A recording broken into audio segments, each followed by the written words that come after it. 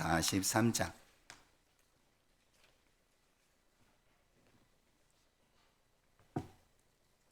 네, 창세기 43장.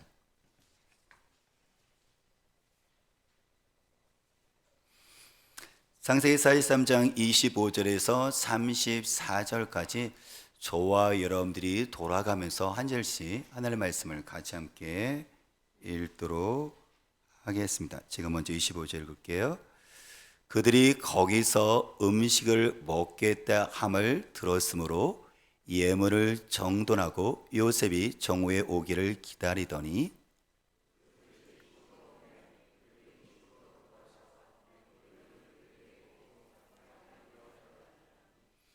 요셉이 그들의 안부를 물으며 이르되 너의 아버지 너희가 말하던 그 노인이 안녕하시냐? 아직도 생존해 계시느냐?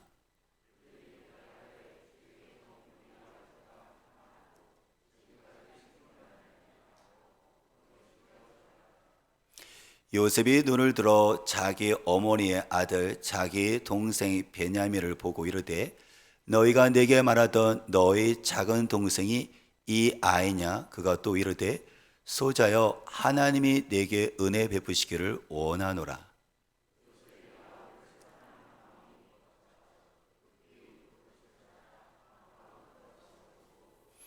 얼굴을 씻고 나와서 그 정을 억제하고 음식을 차리라 하매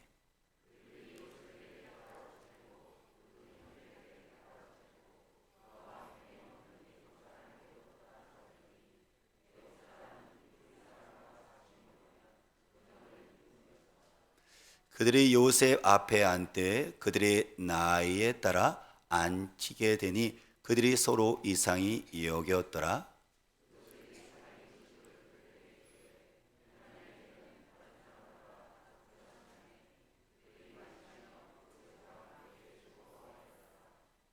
아멘. 오늘 하나님의 말씀의 제목은 배제와 포용이라는 제목인데요. 배제라는 것은 이게 나와 우리 공동체에서 누군가를 밀어내고 제하는 거죠. 그래서 들어오지 않게 하는 거죠. 포용하는 것은 이것을 반대로 그렇죠? 나와 공동체 안에 그 사람을 받아주고 안아주는 것을 이게 포용이라고 이야기를 해요. 그래서 배제는 밀어내는 거죠. 들어오지 못하게. 그 다음에 포용은 들어오게 하는 거죠. 그렇죠? 근데 이것이 우리 삶 가운데 배제와 포용이 계속해서 일어나거든요. 가정에서 아내가 남편을 배제하고 또 남편이 아내를 배제하기도 하고요. 직장에서 여러분들이 그렇죠? 상사와 또 밑에 부하 사이에 아니면 동료 사이에 배제하기도 하고요. 심지어 교회 안에서도 그렇죠. 목회자와 성도 아니면 성도와 성도 사이에도 우리가 나와 내 공동체 안에 들어오지 못하도록 배제하는 것들이 정말 많이 일어나거든요. 그래서 오늘 저와 여러분들은 요셉이라는 사람이 있는데 그 요셉이라는 사람을 주목하면서 따라갔으면 좋겠다는 생각을 해요. 오늘 본문을 보면 요셉의 형제들은 요셉을 배제하거든요. 근데 요셉은 배제를 당했는데 그러면 당연히 그러면 나도 형들을 배제를 해야 되는데 배제를 하지 않고 형들을 들어오게 하면서 포용을 해요. 근데 이것은 사실 이게 부부 사이에도 마찬가지고 그 다음에 교회 사이에도 마찬가지고 이 세상 사이에서도 수많은 배제가 이루어지는 것 속에서 어떻게 하면 그러면 이게 포용할 수 있을까라는 것을 우리가 이것을 알고 실천했을 때 그것 가운데 평화가 이루어지는 거잖아요. 저는 이 원리를 잘 배울 뿐만 아니라 실천을 통해서 우리가 그 포용하는 그 바로 화목과 평화를 경험했으면 좋겠어요. 오늘 형들이 그러면 요셉, 동생 요셉을 배제하는 것을 볼 건데요. 창세기 37장 24절 25절을 보면 이렇게 성경을 이야기를 해요. 형들은 구덩이에 요셉을 쳐놓고 위에서 자기들끼리 식사를 하는데요. 24절 제가 읽을게요. 그를 잡아 구덩이에 던지니 그 구덩이는 빈 것이라 그 속에 물이 없었더라. 그들이 앉아 음식을 먹다가 눈을 들어 본즉 한데 그러니까 동생 17살 동생이 11명의 그 형들이 있는데 요셉을 시기를 하거든요. 왜냐하면 아버지가 그 요셉에게는 그들은 어떻게 보면 아버지는 야곱 혼자인데 어머니가 4명인 거예요. 그러니까 당연히 어머니들도 그죠? 남편의 사랑을 받기 위해서 네 명의 어머니도 치열하게 싸우고 갈등하고 밑에 있는 아들들도 당연히 어떻게 하죠? 아버지의 그 사랑을 받기 위해서 치열하게 경쟁을 하는데, 근데 야곱 아버지는 바로 라헬이라는 어머니를 특별히 사랑했었고 라헬에서 나섰던 요셉과 그리고 베냐민을 특별히 사랑했거든요. 그러니까 당연히 어떻게 하죠? 다른 엄마와 다른 형제들이 아버지의 사랑을 독차하지 않은, 그리고 종종 가다가 아버지의 사랑을 독차하자고는 요셉이 형들의 잘못을 아버지에게 고지하지 않은, 더 나아가서는 형들을 화나게 만들었던 건 뭐냐면, 내가 꿈을 꿨는데 하나님께서 하면서 이렇게 하면서 꿈을 얘기했는데, 그 꿈은 뭐냐면 형들이 심지어 아버지 부모까지 듣더라도 요셉에게 절을 하는, 요셉에게 지배를 받는 그 꿈 이야기를 하니까 형들이 도저히 받아들일 수가 없었거든요. 그러다가 형들의 양을 치러 갔는데 아버지의 심부름을 요셉을 보냈죠. 그래서 요셉이 멀리서 오는 것을 보면서 바로 요셉을요, 형들이 어떻게 하느냐면 물이 없는 구덩이에다가 쳐 넣어요. 그리고 그 형들은 어떻게 하냐면 위에서 함께 식사를 하죠. 그러니까 그 식사하는 자리에 동생을 배제시킨 거예요. 어떻게 해요? 바로 구덩이에 쳐 넣어서 너는 우리 속에 들어올 수 없다는 거예요. 밀어내버린 거죠. 가둬버린 거죠. 그때 밑에 있는 동생이 창세기 42장 21절 말씀을 참고하면 이 밑에 있는 동생은 이런 마음을 갖고 있었거든요. 형제들이 서로 말했습니다. 정말로 우리가 우리 동생 때문에 벌을 받고 있구나. 그가 그렇게 괴로워하는 것을 보고 또 그가 목숨을 구해달라고 우리에게 사정을 할 때 듣지 않아서 우리가 이런 괴로움을 당하고 있는 것이다 라고 하는데, 형제들이 서로 이야기하는 내용이 뭐냐면, 그래 우리가 지금 동생을 밑에 놓고 우리가 위에서 식사를 즐겁게 하고 있는데 밑에서 동생을 지금 어떻게 하냐면 형 살려달라고, 형 나를 꺼내달라고 애걸복걸하는 거예요. 사정하는 거예요. 울면서 부르짖는 거예요. 그가 괴로움을 당하고 있는데 형들은 상관없이 위에서 즐겁게 자기끼리 웃으면서 식사를 하고 있어요. 이게 배제하고 있는 거죠. 그러면 이렇게 배제했었던 그 형들에게 배신과 심지어 이 형들은 나중에 보면 요셉을 애굽의 상인에게 은 20에 팔아버리거든요. 완전하게 공간으로, 부모뿐만 아니라 자기를 가족의 공간 속에서 완벽하게 배제를 시켜버린 거예요. 완벽하게 보지 않는 거죠. 그러면 그 형들을 20년 후에 만났어요.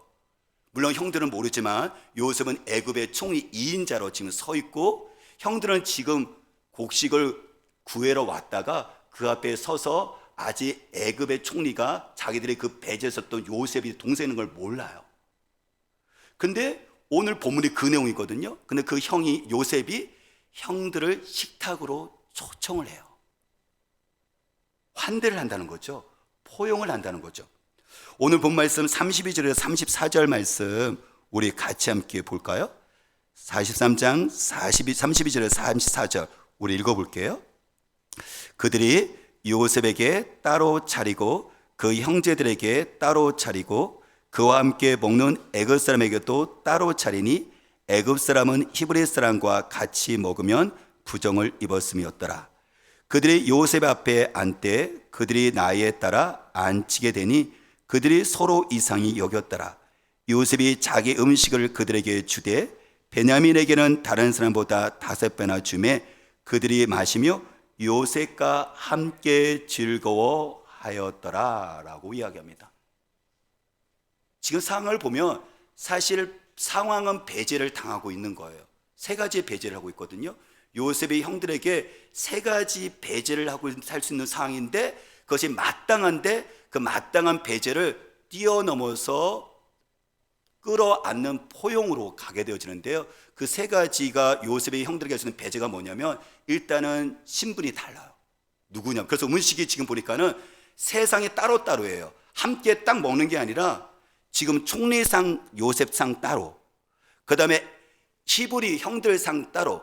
히브리 사람과 애굽 사람들이 히브리 사람들을 부정하게 여겼거든요. 저 천한 것들, 저 하찮은 것들, 우리는 더 우월하게 이렇게 여겼거든요. 그래서 저 천한 것 히브리 사람과 형들과 같이 함께 같은 상을 먹는 것은 부정탄다 라고 생각해서 애굽 사람들은 히브리 사람들 따로 상을 차리게 만들어요. 그러니까 상이 지금 따로따로가 세 개죠, 그렇죠? 배제가 세 개가 되진 거죠. 요셉은 애굽 사람이었지만은 총리라는 신분 때문에 지금 다나산과 배제돼서 상을 삼렸고, 또 애굽 사람들은 히브리 사람들을 천한 것들, 부정스러운 것들에서 자기들이 우월하게 생각해서 상을 따로 차렸고, 그다음에 어떻게 하죠? 그 천한 것, 그렇죠? 히브리 형들은 상을 따로 차렸어, 이렇게. 그러니까 서로 공간과 심리적으로, 또 신분의 배제, 그 다음에 관습의 배제, 더 나서는 어떤 배제가 있었던 거죠? 20년 전으로 거슬러 가면 그 형들이 자기를 구덩이에 넣고 위에서 형들이 낄낄거리면서 웃으면서 어떻게 하죠? 자기를 팔아넘겼던 그 형들이거든요. 어쩌면 신분의 배제와 관습의 배제보다 더 무서운 건 뭐냐면 바로 이 나를 배신했었던, 팔아넘겼던, 그죠? 이 상처의 이 배제가 정말 강하거든요. 복수할 수 있는 전후의 찬스거든요. 근데 오늘 성경에 보니까요, 요셉이 34절 말씀에 보니까 따로따로 상을 차렸는데 어떻게 하냐면 요셉이 그 형들 앞에 앉아요. 그리고 함께 마시면서 심지어 자기 음식까지 나누어 주면서 함께 즐거워하더라고 얘기를 하고 있어요. 환대를 한다는 거죠. 다시 말하면 신분의 그 여러분들 그 배제를 뛰어넘어서 지금 왔던 거고, 애굽 사람과 히브리 사람들의 그 관습과 인종의 배제를 뛰어넘어서 지금 다가온 것이고, 더 중요한 것은 20년 전에 자기를, 그 애골 복했던 자기를 거들떠 보지도 않고 무참하게 20에 팔아넘겼었던 그 형들의 그 배신의 배제를 요셉이 뛰어넘는 거예요, 지금.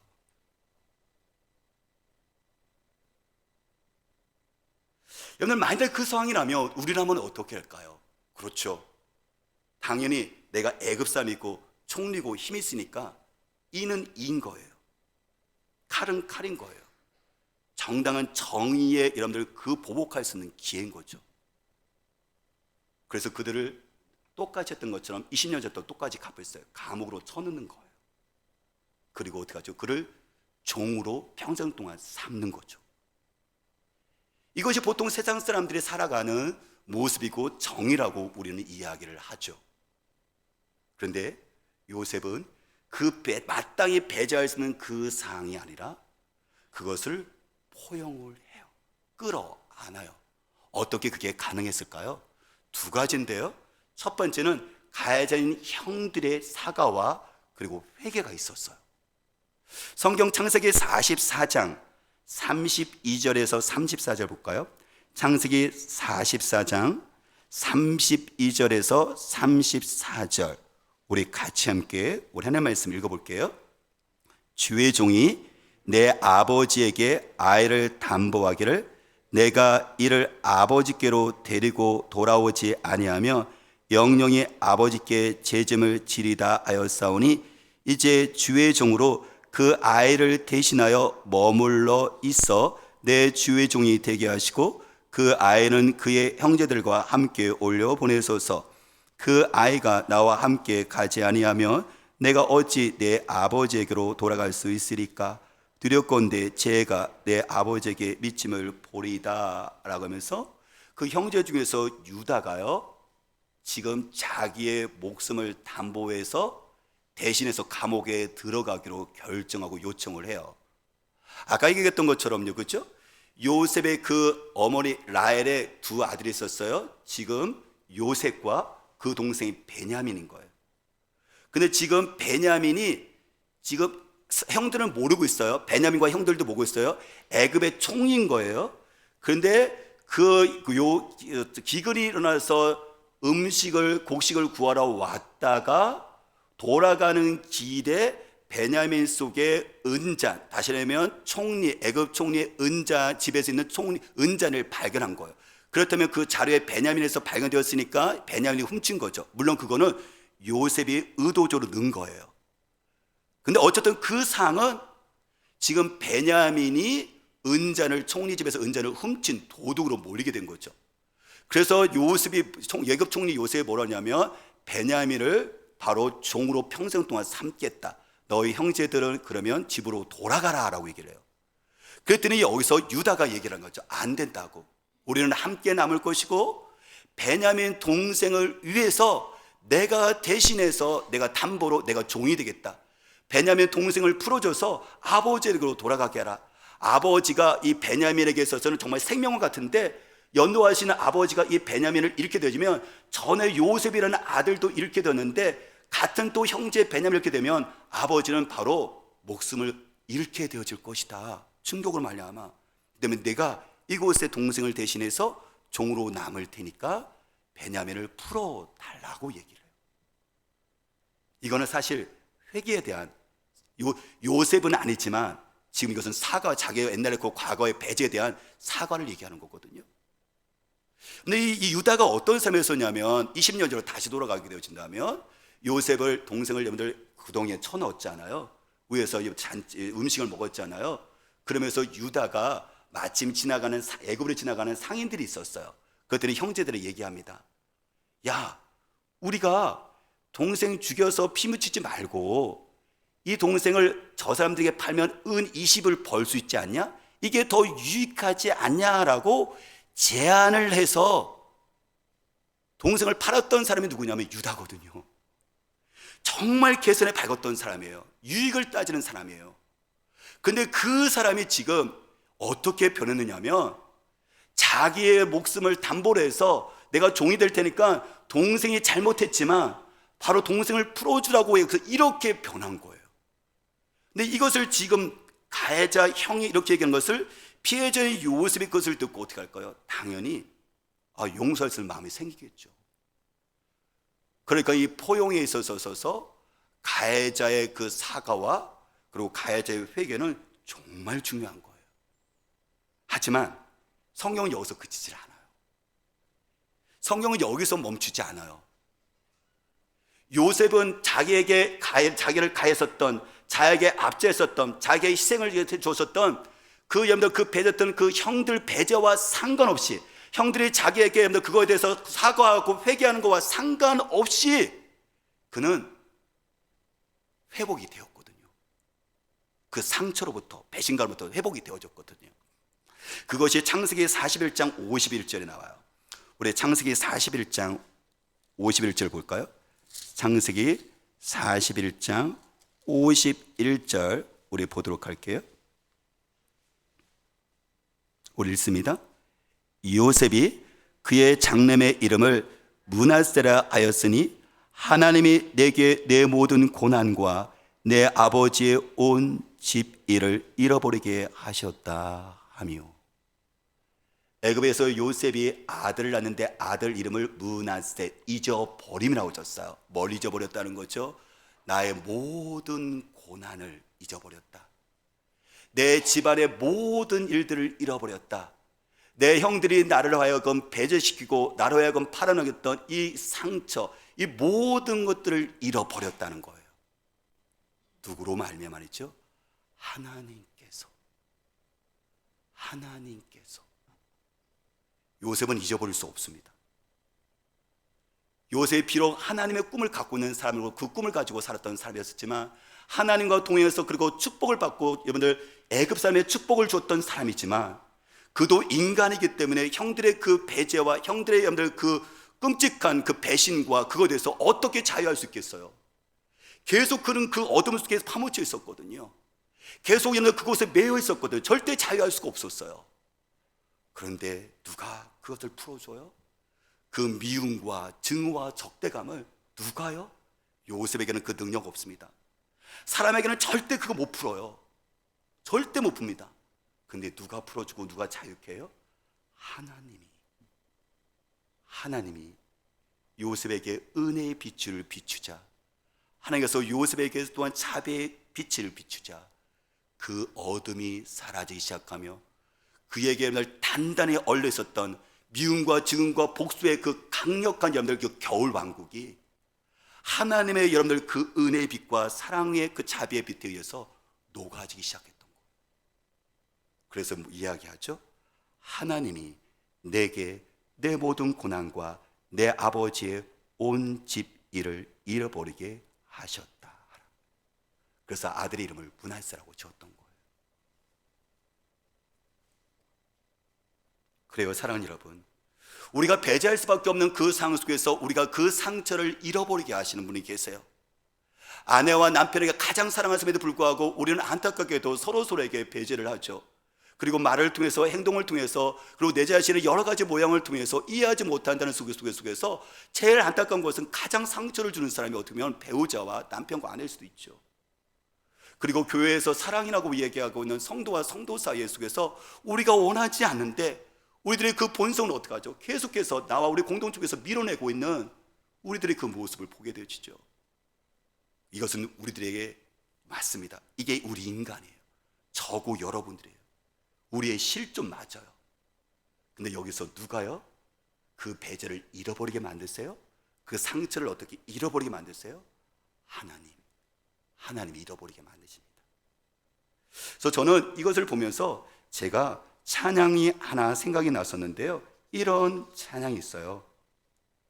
오직 주의 사랑에 매여 내 영 기뻐 노래합니다. 이 소망의 언덕 기쁨의 땅에서 주께 사랑드립니다. 오직 주의 임재 안에 갇혀 내 영 기뻐 찬양합니다. 이 소망의 언덕 거룩한 땅에서 주께 경배드립니다. 주께서 주신 모든 은혜 나는 말할 수 없네. 내 영 즐거이 주 따르렵니다. 주께 내 삶드립니다. 여러분들, 요셉이요 주를 절대 따르지 못합니다. 어떻게 여러분들 그 절호의 찬스, 인간의 본성을 가르쳐서 이에는 아니 당연히 정의를 실현시켜야 되죠. 마땅히 여러분들 그건 배제는 당연한 마땅한 배제인 거죠. 근데 그가 하나님의 여러분들 그 포용할 수 있던 것은 뭐냐면 그것은 바로 주께서 주신 모든 일 나는 말할 수 없네. 말할 수 없는, 말로 표현할 수 없는, 하나님의 측량할 수 없는, 제한하지 못하는, 하나님의 한없는 끝없는 무한하신 그 은혜의 빛을 비치니까 이게 어떻게 하죠? 배제를 뛰어넘어 포용으로 나갈 수가 있는 거예요. 이 땅에 있는 것은 풀 수가 없어요. 근데 하늘의 자원은 풀게 합니다. 이 땅에 얼어있는 것은 하늘의 그 태양이 여러분들 높게 만드는 것처럼 내 얼어붙은 단단히 묶어버렸던 여러분들 이 복수심과 증오와 덕대감은 하늘의 여러분들 하나님의 은혜의 빛만이 우리를 녹여줄 수 있고 풀어줄 수가 있거든요. 저는 저와 여러분들 인생 가운데 속에서 이렇게 우리들의 그 하나님의 그 사랑에 매여서 하나님의 무한하신 사랑에 여러분들 갇혀서 내 어둠 배제를 몰아내고 또한 증오를 풀어낼 수 있는 우리의 지혜를 주임으로 축복합니다. 오늘 요셉에게 마신 그 무한하신 하나님의 그 은혜가 어떤 것을 역할을 하느냐면 크게 두 가지인데요. 포용으로 가기 위해서 두 가지가 필요하거든요. 하나, 요셉이 계셨던 하나님의 그 무한하신 그 은혜, 요셉을 하여금 그 고난과 형들의 그 배신과 배제를 잊게 하셨던 그 하나님의 은혜는 첫 번째로는요, 피해자인 우리를 회개로 이끕니다. 뭐라고요?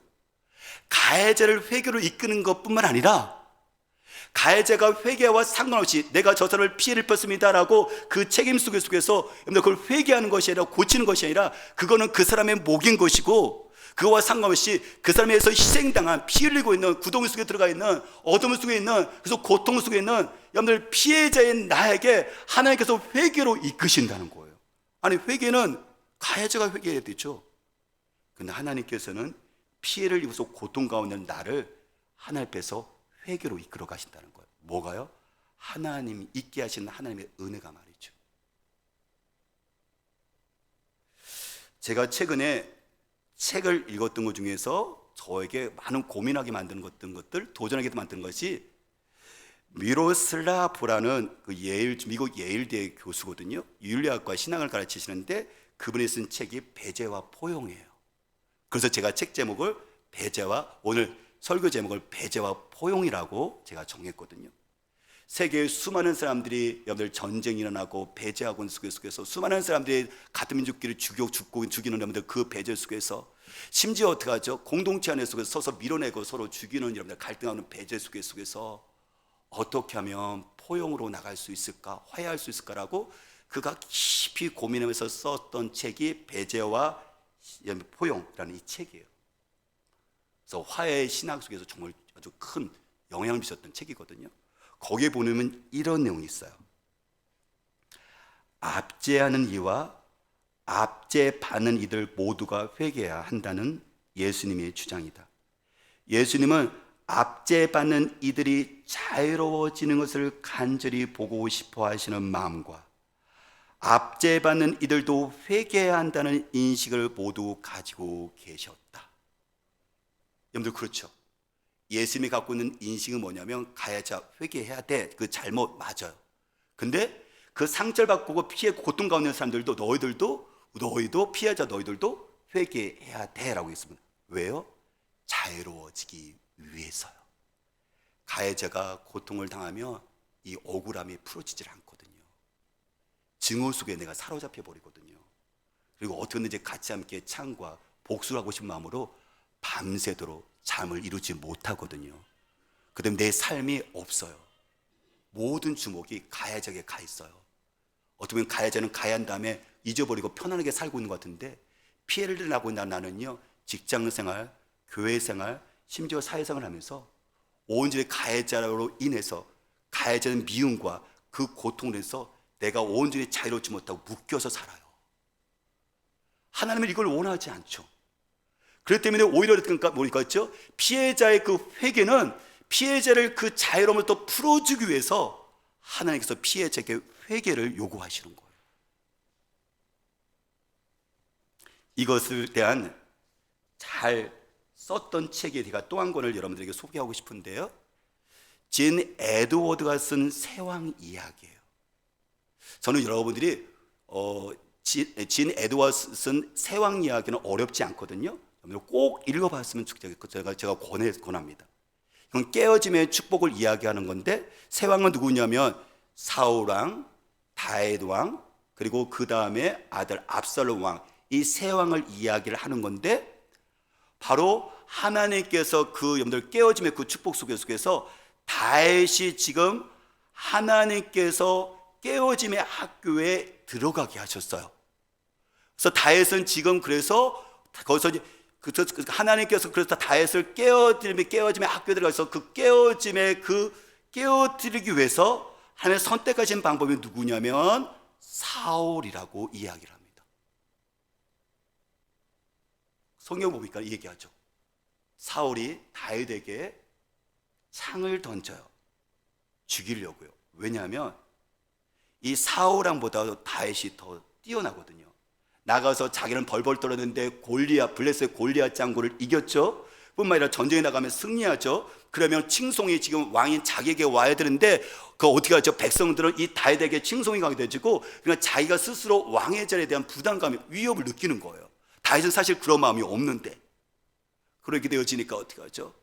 이 사울 왕이 다윗을 창을 던져요. 죽이려고요. 자기 자리를 확보하기 위해서 말이죠. 여러분들 만약 그 상황이라면 내가 다윗이라면 저와 여러분들은 어떻게 해야 되는 것이 마땅한 것일까요? 배제는 배제입니다. 창에는 같은 창이에요. 오히려 지금 어떻게 하죠? 다윗은 지금 왕에게 충성했었고 왕에게 모든 것을 드렸지만 왕은 그것에 대한 것들을 어떻게 해서 상을 주는 것이 아니라 창으로 배제의 창을 던졌으니까 당연히 정의의 편에 서도 나도 같이 창을 빼서 나도 같이 창을 던지는 것, 이것이 정의인 거예요.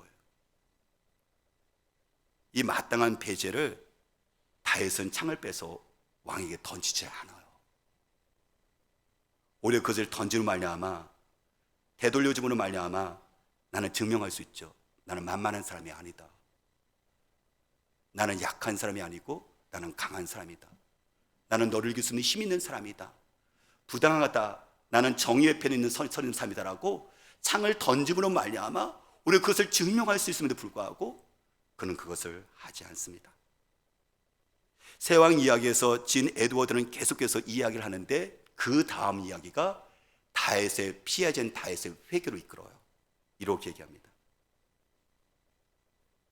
다윗은 자기를 가했던, 자기에게 상처를 주었던, 죽이려고 했었던 창을 던지고 있는 사울에게 계속 주목을 하고 있는데, 그래서 그 사람을 미워하고 증오하고 복수심이 마음속에 끓고 있는데 하나님께서는 바로 창을 던지는 사울을 주목하는 것이 아니라 또 한 사람의 사울을 주목하고 있다. 근데 그것은 누구냐면 피해자인 다윗 안에 있는 또 다른 사울이다라고 얘기를 합니다. 왜요? 다윗은 창을 던지고 있지는 않지만 사실 그 안에 똑같이 증오하는 마음이 있거든요. 사울의 마음이 있거든요. 똑같이 배제하는 마음이 있거든요. 똑같이 수없이 여러분들 창을 던지고 싶은 여러분들 그 마음이 마음속에 가득 찬 것은 분명한 사실이거든요. 그래서 하나님께서 이야기하시는 거예요.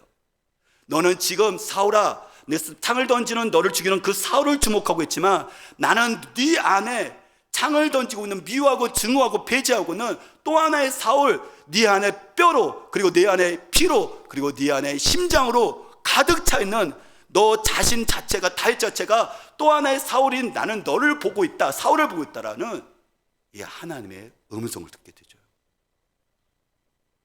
그러니까 다윗은 자기는 괜찮다고 생각했거든요. 저 사람은 가해자, 나는 피해자라고 생각했었거든요. 근데 보니까는 다윗도 하나님 앞에서 자기도 똑같은 죄인이고 죄인의 공동체, 사울의 공동체 안에 자기도 들어가 있는 거예요. 죄인이 죄인에게 창을 던질 수 없죠. 똑같이 나쁜, 아니면 더 나쁜 바로 다윗 안에 바로 또 다른 사울의 왕을 하나님께서는 보고 계셨거든요. 다윗은 그걸 알았던 거예요. 그렇기 때문에 가해자인 사울이 분명히 여러분들 회개해야 돼요, 나한테. 근데 그거와 상관없이 다윗은 하나님 앞에서 피해자로서 자기 마음 가운데 또 하나의 사울로서 창을 던지고 싶은 증오 속에 가득 차 있는 자기 자신을 지금 하나님 앞에서 지금 씨름하고 있는 거죠. 왜요? 그는 나중에 왕이 될 사람이거든요. 이것을 해결하지 않으면 나중에 그도 권력 잡에 섰을 때 똑같은 시기와 분노로 또 다른 누구에게 창을 던질 수 있는 여지를, 본성과 재성을 갖고 있는 똑같은 사람이거든요. 다윗의 그 순전했던 다윗 목동이, 다윗이 나중에 지금 만약에 지금 내 안에 있는 다윗 안에 있는 보이지 않는 창을 던지고 싶은 여러분들, 이 사울을 제거하지 않고 수술하지 않으면 그런 나중에 사울 왕의 2세로 성장할 수 있는 사람이거든요. 이 수술이 10년 걸렸어요. 다윗은 사울에 의해서 10년 동안 쫓겨다니거든요. 다시 말하면 이 깨어짐의 학교에 다윗은 10년 동안 훈련을 받았다는 거예요. 이 깨어짐이 얼마나 벅차고 힘든 건지. 배제하는 사람들 똑같이 배제하고 창은 창으로 하는 것들은 인간의 욕구 본능이에요. 여러분들 인간 속에 얼마나 깊이 뼛속에 사무쳤는지를 다윗을 통해서 하나님께서 우리 가르쳐 주신 거예요. 이게 10년 동안 깨졌거든요. 보이는 권력자 다윗, 사울에 의해서 말이죠. 그걸 하나님께서요, 가정 가운데, 교회 가운데, 세상 가운데 수많은 사람들이 배제하거든요. 수많은 사람들이 창을 던지거든요. 같은 배제 속에는 같은 배제가 여러분들 지혜롭고 정의라는 이름으로 수많은 사람들이 여러분들 이것을 깨거든요. 근데 늘 진정 그 속에는요, 평화 없습니다. 남편이 아내가 남편에게 똑같이 창을 던져 보십시오. 목회자가 성도에게, 성도가 목회자에게, 성도가 성도 사이에, 여러분들 동료 사이에 서로 한번 창을 던져 보십시오. 그 가운데 평화가, 화목이 이루어질까요? 절대 이루어지지 않습니다. 그렇기 때문에 오늘 이 지금 요셉에게 부었던 하나님, 있게 하셨던 그 하나님의 그 은혜는 뭐가 있는 거냐면, 그 속에 하나님께서 피해자인 요셉과 다윗에게 너도 죄인의 공동체 속에 있다, 네 안에 사울이 있다는 것을 보게 하셨고, 그것을 제거하는, 회개하는 오늘 시간을 주게 하셨습니다. 그러면 절대 창 못 던져요. 내가 하나님 앞에서 창을 던지는 사람인데요, 어떻게 창을 던질 수 있습니까? 이 깨어짐 속에 들어가는 사람은 절대 공동체 가운데 창 던질 수 없어요. 안에 욕망은 있죠. 근데 또 하나님의 그 은혜의 빛 앞에 들어가면, 예수의 그 십자가 앞에 또 들어가기 시작을 하면, 그 빛이 나의 얼어버렸던 그 마음을, 묶였던 그 마음을 풀어주시는데요, 녹여주시는데요. 그래서 두 번째가 뭐냐면, 요셉에 임하신 무한하신 하나님의 은혜는 피해자인 우리를 가해자에게 팔을 벌려서 포용하게 한다는 거예요. 가해자를 배제하는 것이 아니라 팔을 벌려서 그를 포용할 수 있는 힘을 갖게 하는 건 뭐냐면, 그것이 하나님의 무한하신 은혜의 빛이라고 성경이 이야기한다는 거예요. 로마서 5장 10절에 성경은 말씀하죠. 우리가 원수 되었을 때 그의 아들의 죽으심으로 말미암아 하나님과 화목하게 되었은즉 오늘 누가 가해자고 누가 피해자인가요?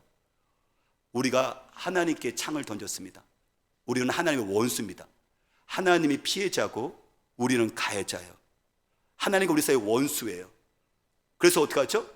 그러면 하나님께서 우리를 배제시키나요? 우리를 그냥 죽여버리나요? 그분의 무한하신 능력으로, 모든 지혜와 무한하신 엄청난 그 능력으로 우리를 그냥 배제, 완전히 싹 없애버리시나요? 아니요. 그분은 우리들의 그 하나님께 가해를 하고 있는, 매일매일 속에서 하나님을 배신하고 있고 하나님을 등지고 있고 하나님을 이용하고 있는 우리들의 여러분들 그 배제를 하나님께서는 우리를 포용으로 담으세요. 그게 바로 십자가예요. 십자가는 무엇을 얘기하는 거냐면 내가 너를 적으로 남겨두지 않겠다는 거예요. 우리는 누군가가 나에게 배제하면 적으로 남겨둬 버리잖아요. 근데 원수인 저와 여러분들을 예수의 십자가는 무엇을 얘기하는 거냐면 나는 너를 적으로 남겨두지 않을 것을 얘기하는 거며, 내가 내어주는 말미암아 너를 내 안으로 들어올 수 있도록, 내 품에 들어올 수 있도록 나는 내 공간을 마련해 두겠다고 얘기하는 것이 뭐냐면 이게 십자가거든요. 그래서 저 십자가로 말미암아 근데 가해자는 우리를 주께서, 그분이 어떻게 하죠? 우리를 품으신 것이 바로 이게 십자가잖아요. 그렇기 때문에 예수의 십자가를 경험한 저와 여러분들은 주님께서 가해자는 저와 여러분들, 피해자는 예수님께서 부팔을 벌려서 배제하시고 포용하셔서 나를 안아주신 것처럼 저와 여러분들도 똑같이 예수님을 닮아 우리를 내주음을 말미암아 우리의 가해자를 팔을 벌려서 그를 포용하는 것이 이게 복음의 능력이고 기독교의 능력인 것이죠. 성경 말하죠. 에베소 2장 14절 말씀하시기를 그리스도는 우리의 평화이십니다. 그리스도께서는 유대 사람과 이방 사람이 양쪽으로 갈려 있는 것을 하나로 만드신 분이십니다. 그는 유대 사람과 이방 사람 사이를 가르는 담을 자기 몸으로 허무셔서 원수된 것을 없애시고 라고 했습니다. 그리스도의 십자가는 어떻게 자기를 내어주는 말이야마 상대방이 내 안에 들어올 수 있도록, 품에 안길 수 있도록 공간을 내어주는 거거든요. 그래서 뭐냐면 그리스도는 평화래요. 근데 평화라는 건 뭐냐면 저 사람이 나 배제했어? 보지 말자. 공간 속에 배제시키고 심리 속에 배제시키고, 그러면 이것이 어떻게 하죠? 잠시 일시적으로 평화가 와요. 보이지 않으면 평화가 오죠. 근데 그리스도의 평화는 이런 평화가 아니에요. 원수를 다시 원래의 사귐으로 다시 들어가는 거예요. 적극적으로 말이죠. 보지 암으로 말미암아, 공간으로 말미암아, 심지어로 배제함으로 말미암아 내가 그 사람을 어떻게 하죠? 그 잠시의 평화를 누리는 것이 아니라 그리스도의 평화는 뭐냐면 원수된 내 자신을 어떻게 하죠? 이거 자신을 내어주면 아마 나 안에 들어올 수 있도록 이게 품어주는 것, 이게 바로 그리스도의 평화라는 거예요. 사귐의 회복까지가 평화라는 거예요. 이게 가능하고요. 예수님께서 하셨던 것처럼 이게 우리에게는 불가능하지만 누구요? 우리 안에 계신 예수 그리스도, 살아계신 예수 그리스도, 또 예수의 영이신 성령님, 그분의 능력으로 나는 도저히 불가능하지만 그 성령께서 예수의 십자가의 그 사랑의 빛을 비춰주셔서, 은혜 빛을 비춰주셔서, 무한하신 그 빛을 비춰주셔서 등을 돌렸던 내 자신에게 다시 돌아가게 서게 하셔서 그에게 내 자신을 나눠주게 하고 그를 받아들일 수 있는 이 여지와 공백을 만들어 주신다는 거예요. 우리는 무조건적으로 하나님의 포용을 받았어요. 그렇기 때문에 우리도 무조건적으로 다른 사람에게 내주고 다른 사람을 무조건적으로 포용해야 합니다. 이게 그리스도의 백성이고 그리스도의 자녀의 삶인 거예요. 근데 그것은 나에게 있는 것이 아니라 누구에게요? 바로 십자가의 능력이고 내 안에 계신 예수 그리스도의 영이신 성령으로 가능한 말이구나. 그분이 나를 비춰줌으로 말미암아 그 하늘의 자원을 가지고 나도 그 힘을 가지고 상대방에게 등을 돌던 내 자신이 다시 보면서 그에게 바로 내가 포용으로 나갈 수가 있는 겁니다. 가정 가운데, 교회 가운데, 우리의 사회 가운데 배제가 아닌 포용의 주님의 화평의 나라를 만들어가는 우리가 되실 주님으로 축복합니다. 우리 같이 함께 찬양을 드릴게요.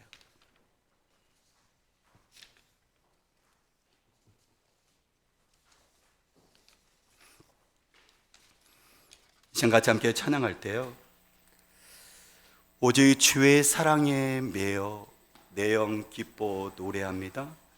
이 소망의 언덕 기쁨의 땅에서 주께 사랑드립니다.